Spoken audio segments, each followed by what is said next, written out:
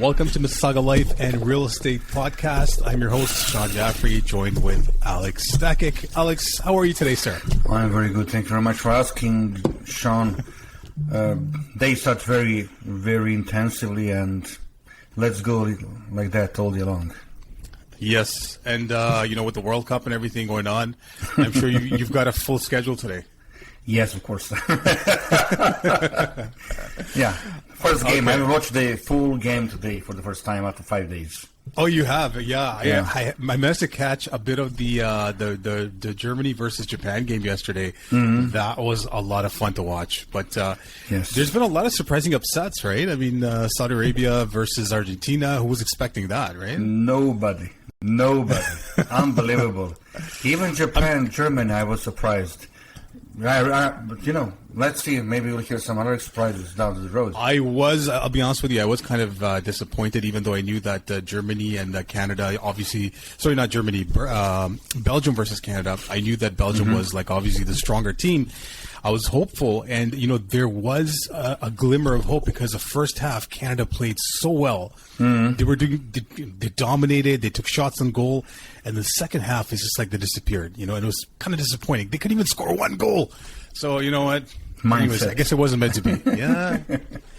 All right. So we're talking about a bunch of different things today, Alex. From time to time, there are significant changes in the marketplace. We touch upon them because we want the listeners, the viewers, to kind of stay in the loop of what's going on. Yeah. And then as things change, you have a better idea of what's happening, and you can act accordingly. So the first thing I want to talk about, Alex, is the consumer confidence. So the OECD, which is the organization of these different countries, Organization for Economic Cooperation and Development, all developed countries, first world countries, 38 countries altogether, they typically do a forecast, and they do a forecast of what is the consumer confidence going to be like in the next 1 or 2 quarters. And based on that, then they implement policies, obviously. Yes. So the recent one that came out, I'm just going to read it out really quickly here. It says that it predicts that economic activity has fallen to levels seen early 2020. We're talking about pandemic times. And in 2008, 2009, which was the global financial crisis, it's looking increasingly that Canada is facing not just a recession, but a potentially steep one. So at the same time, household consumption and residential investment is affected. It's gone down. Of course. And this used to be a big part of the GDP, or which typically is a big part of the GDP. And that's because the consumer confidence is fading with the current global situation. Canadian consumer confidence remains weak, notably in Ontario, where it continues to bleed and is now marginally above the pandemic low. And obviously that just means that when people don't have confidence in the economy or confidence in the future, they tend to kind of hold off on spending money on things that they don't absolutely need. All right? Absolutely. Very, very normal human behavior. Yeah. So, this is a survey that I found on the Bloomberg website. I wanted to share this as well. They're talking about how Canadians haven't felt this. I don't want to use the word bad, but just very apprehensive about their finances. And there was a poll done on the Bloomberg website. It said that Canadians say that their personal finances haven't been this bad in more than a decade, as they cope with falling prices for homes and rising prices for everything else. Another weekly poll that they do typically on the Bloomberg News website, 47% of respondents said their finances have worsened over the past year. And that's the highest ever reading they've had for this question. And they've been doing these for over a decade now. Yeah. Only 13% said that their finances have improved. Absolutely. And because we are prospecting on a daily basis and calling clients, and not only resale clients, investors as well, everybody is some steady mood. Nobody is ready to make some serious move or move. They're trying to postpone maybe for April, May, March their decisions. They're looking for final mortgage announcement in December, what's going on, and this is very normal. People are scared and don't know when it will end, right?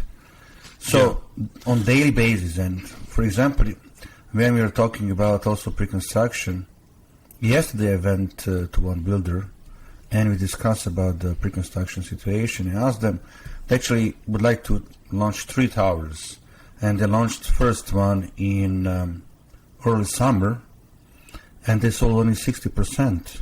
It's a really very good location, only 60%. And when you see what is the price per square feet, and probably this is the new reality, we are still not ready to accept that reality. Price per square feet is between $1,600 to $2,000. You know, $2,000 is trembling in your mind. My God, $2,000 per square feet. But this is something what will be very, very, very normal in probably 2 years or more. Closing for these projects in 27, 28, right? So there are not too many builders who are promoting their projects right now. And then ask, okay, when you are planning to launch Tower 2? Not before winter next year. Why? Because of market. We don't know what's going on with the market, right? So everything is connected. As people are scared and they are not so confident with their jobs, their incomes, mortgage rates, of course, nobody's confident anymore as before. It's very logical reading you just exposed, right? Yeah, which is, it's a little bit weird because we have on one hand the pre-construction or the new home sales, which are completely slowed down right now. Mm-hmm. But when we take a look at what's happening with the months of inventory in the resale market, it's different, right? It's very different. I mean, right now we're still, about 3.8 days on market nationally. Or sorry, we're not talking about days on market. We're talking about months of inventory. Yes. The market right now, so as far as resale goes, we're still pretty good in terms of your months of inventory. National levels are at 3.8, and that's up, obviously, from the 1.5, 1.2 we were seeing in the peak of this year. So by no means are we in a depressed market when it comes to resale. So even though not commercial, but your pre-construction sales, they have seen a sharp decline. What it looks like, yes, sales are down, but the months of inventory situation gives us another picture. It tells us that the market is still somewhat balanced. We know that, if it was similar to what's happening in pre-construction, we'd probably be sitting at maybe, 5 months of inventory, 6 months of inventory, and you'd call that sort of a depressed market. But we're not there in the resale market, from what I can tell. No, if you compare numbers from October last year and October this year, we have 5% decrease of the number of the listings. And that's very normal because, last year was crazy year, right? And almost 12% decrease on the listings year over the year, October to October, shows that we have less listings, we have less buyers, but we are balanced on the new level, right? We are balanced on the new level where and lower one. So you can balance on very low, medium, high level, but again, it's balanced. So demand and supply are balanced right now. Demand and supply are balanced right now. It'll be interesting to see what happens going forward because one of the things I remember reading in a different article was that you have, I don't know how many billions, hundreds of billions of dollars worth of mortgage renewals coming up next year. And then another maybe 100, 250, I forget the exact number, $1 billion worth of mortgages coming up in 2024. All of those things, when they come to that term where they have to be renewed, is going to have a further impact. But exactly how much and what are the interest rates going to be at the time they renew, it's still yet to be seen. Right? We know that inflation, I think the latest numbers for inflation were that in September we were at 6.9%. Yeah. They're trying to bring it down to 4.4% by next year, the Bank of Canada. Unless that happens, I don't think we're going to see a decrease in interest rates when it comes to people renewing their mortgages. Right? That seems to be the case. One interesting thing I wanted to point out to you was I was listening to CBC today, on the way to work.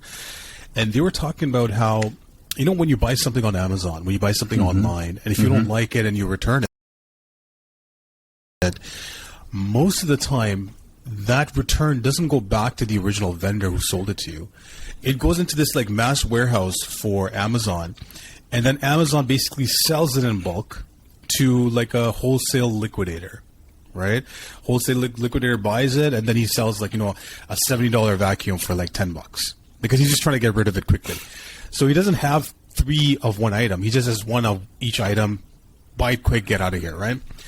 So I was listening to this on CBC today, and they were saying that the number of people returning stuff and not using it, or using it once and then returning it, has gone up quite significantly.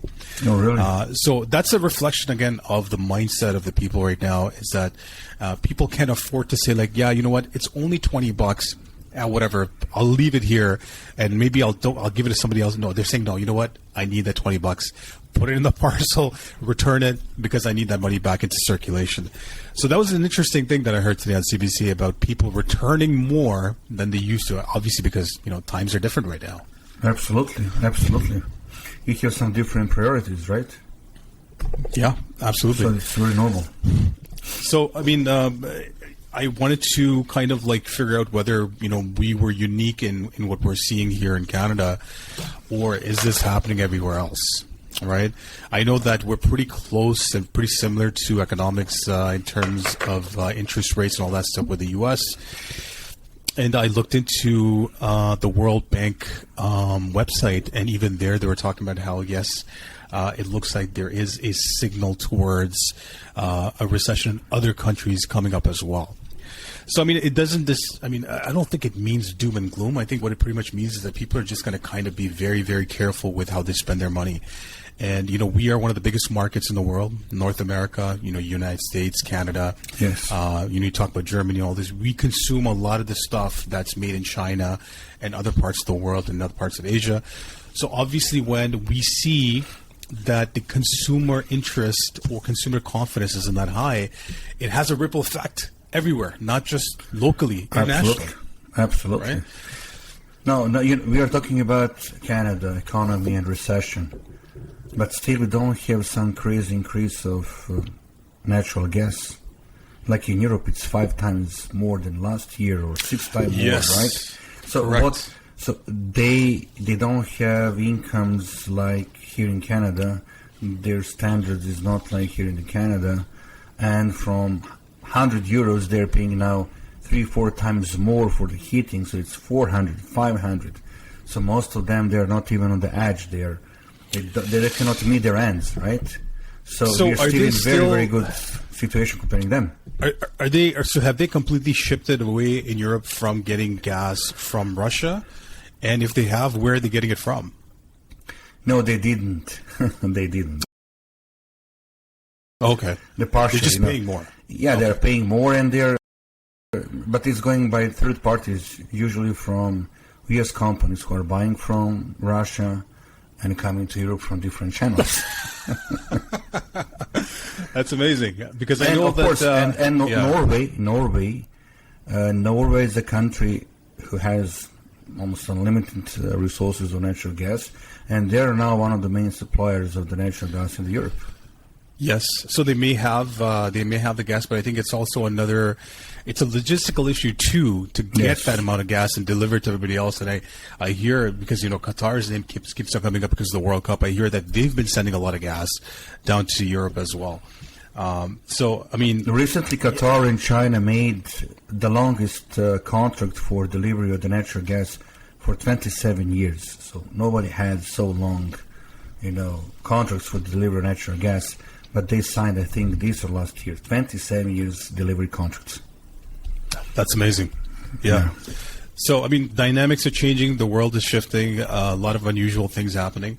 The last time we spoke, I think maybe 2 podcasts ago, we were talking about, what are some of the things that we should be looking for if you were an investor and you were looking to invest in the market? What are some of the signs you should be looking for? Like, hey, look, there may be trouble on the horizon, or, maybe I should just kind of hold off and wait and see what happens.